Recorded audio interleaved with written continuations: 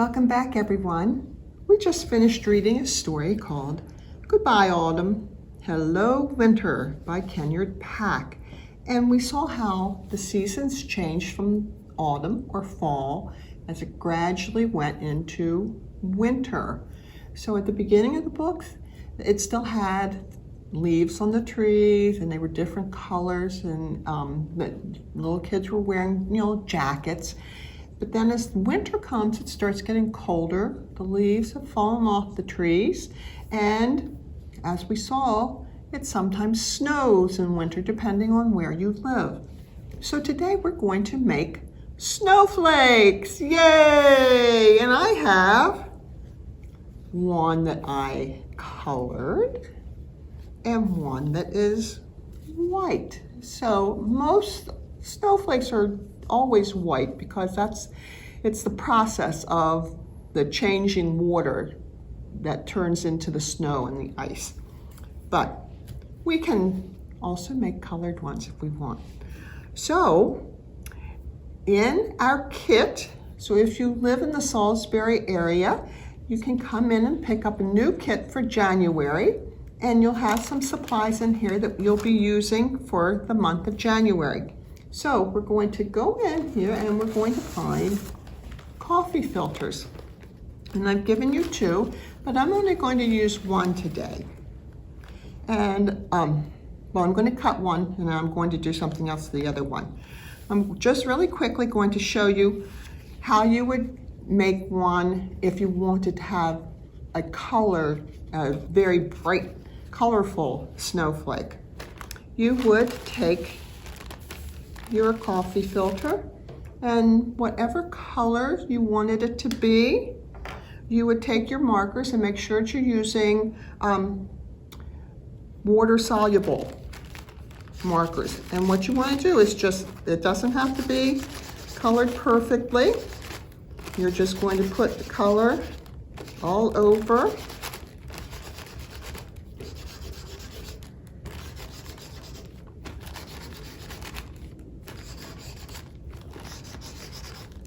And I'm going to add some yellow to mine.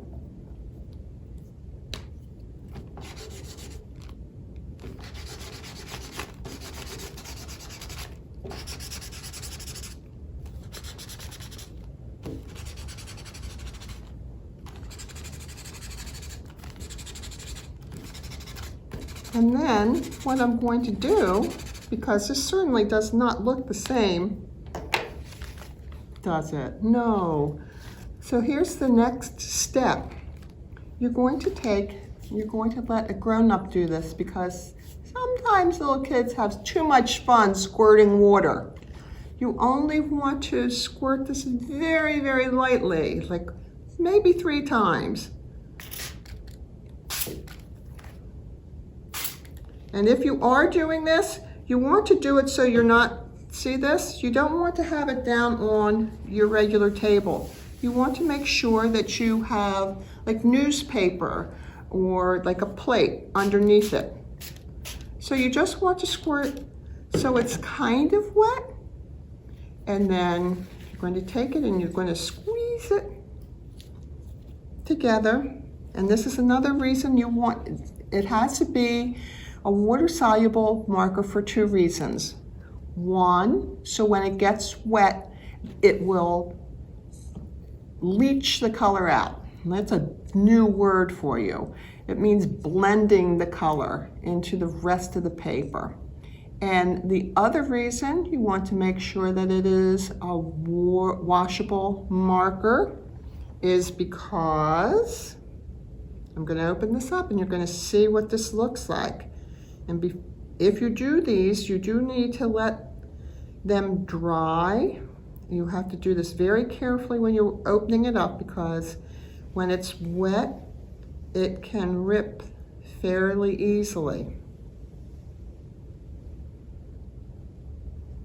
So as you see, it changed from all those little squiggly lines to a beautiful, fully colored piece of paper, the beginning of a snowflake. So he needs to sit over somewhere to dry. And if you can see, this is the other reason you want to make sure that you're using water-soluble, washable markers, because your hands, after you squish that, will have the marker on it, and you need to have something, you need to be able to wash your hands off unless you want to have very colorful hands for a little while. So you say, well, okay, so now it's dry, or what if I just want to have a white one? Well, that's just perfect. I'm going to show you how you do that. I'm using a coffee filter for one reason only. It's a light paper, so it's easy to cut. And when you have little friends that are just learning how to cut, it's sometimes hard to cut thicker paper, like construction paper. So what you want to do with your coffee filter is fold it in half. And this is very good to learn about matching the edges. And then you want to fold it one more time.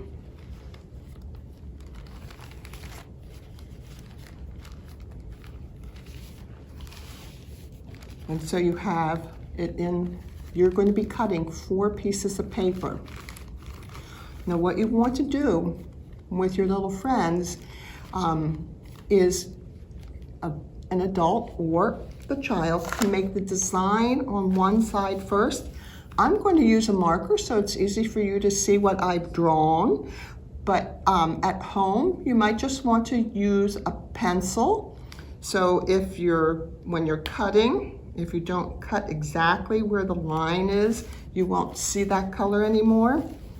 But what you're going to do is you're just going to make a design that where you're going to cut. And it can be squiggle lines. It could be diamonds. It could be a heart, half of a heart, because when you cut it out, magically it'll turn into something very nice. So you just want to draw whatever design you want, because it's going to change once you cut it. This is very good for practicing cutting skills. You can make it very elaborate with a lot of cuts on it, or you can just make a few. So once you have your drawing, your lines there, you just want to have your little friend go in and cut where those lines are. And as you see, I didn't draw any in here. So when I open it up, I'm going to have some big spaces like this that will hold that together.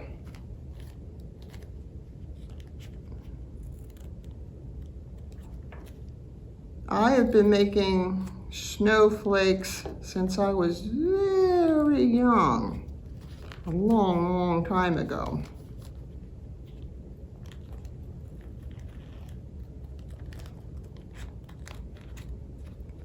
You don't want to use heavy, heavy paper because it's very hard to cut through the different layers of it. That's why the coffee filter is a good one to use, because it's light and it's easy to cut through. If you're watching this and you don't live in the Salisbury area and can't come over to pick up a kit, you can make these at home. And if you don't have a coffee filter, the white snowflake that I made here is just a regular piece of paper. And as you see, it's not round. The snowflake doesn't have to be round. It can be square or rectangular. So that I made using regular paper. But on that one, you would have to do it as a white snowflake, because I don't think you'd be able to color it the same way as we did with the coffee filter. So the really cool thing about the snowflakes is that you've done a design on the one side, but how is that going to come through to all the sides? What's it going to look like when we open this up? And that's always one of the great things that you're waiting to see. What will my snowflake look like? And in nature, there are billions and billions and billions and billions and zillions and trillions of snowflakes, and they're all different.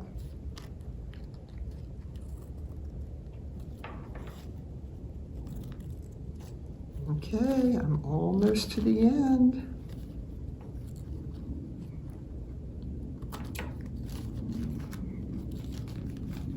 I wonder what this snowflake will look like.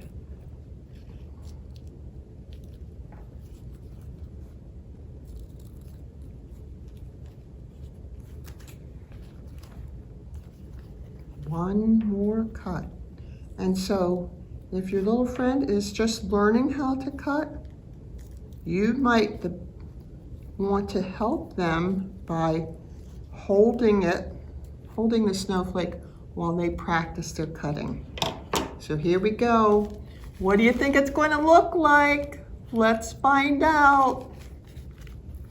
Here's half of my snowflake. And here is my snowflake. Let me fold him out. Open him up a little bit. So as you see, all of my snowflakes look a little bit different. Have fun making your snowflakes.